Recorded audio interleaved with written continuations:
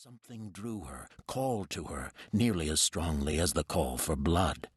Sometimes she believed this was where she was supposed to die. Other times she thought repentance might be enough.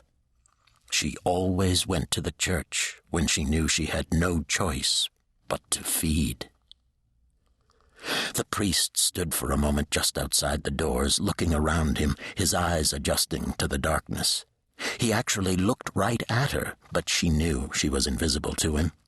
He started to speak, hesitated, and made the sign of the cross in her direction. Destiny held her breath, waited for a lightning bolt to strike her.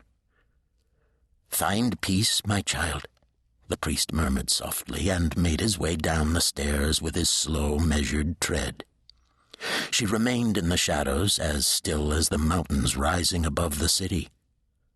How had he sensed her presence? She waited until long after he had gone down the block and turned into the narrow alley leading to the garden behind his rectory. Only then did she dare to let her breath out slowly, to breathe again. Destiny went to the ornate double doors, but this time they weren't locked. She looked back to the street where the priest had disappeared around the corner. He knew then. He knew she needed his church, and he had silently given his permission for her to enter the sacred hallowed place. He didn't know what she was, but he was a good man, and he believed all souls could be saved. She pushed open the doors with a trembling hand. Destiny stood in the doorway of the empty church, wrapped in darkness, her only ally. She shivered, not from the cold air surrounding her, but from the ice deep within her soul. Despite the pitch-black interior, Destiny could easily see every detail of the church's beauty. She stared at the crucifix over the altar for a long time, her mind in turmoil. Pain crawled through her as it did every moment of her existence. Hunger was sharp and ravenous. Shame was her constant companion.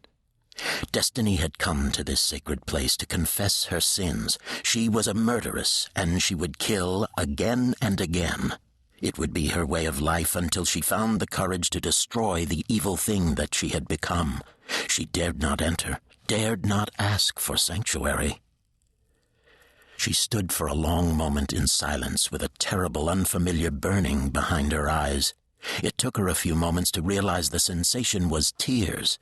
She wanted to weep, but what was the use of it? She had learned that tears brought the echo of ugly, demonic laughter, and she had taught herself not to cry, never to cry. "Why do you insist on suffering?"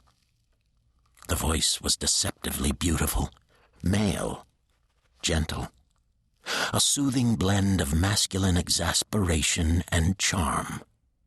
"I feel your pain. It is sharp and terrible and pierces my heart like an arrow. Call me to your side. I will come to you at once. You know I can do no other. Call out to me." There was an underlying whisper of power, of compulsion. "You know me. You have always known me." The voice brushed at the walls of her mind like the flutter of butterfly wings. It whispered over her skin, seeped into her pores, and wrapped itself around her heart. She breathed the voice into her lungs until she needed to answer, to hear it again, to call out, to obey.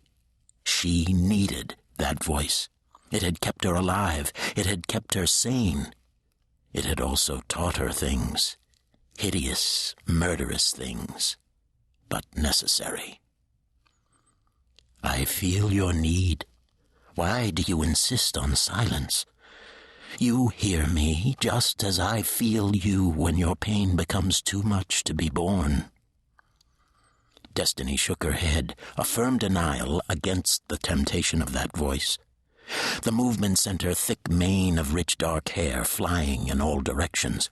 She wanted to rid her mind of the deceptive purity of that voice. Nothing could induce her to answer. She would not ever be trapped by a beguiling voice again. She had learned that lesson the hard way, sentenced to a living hell she dared not think about. Destiny forced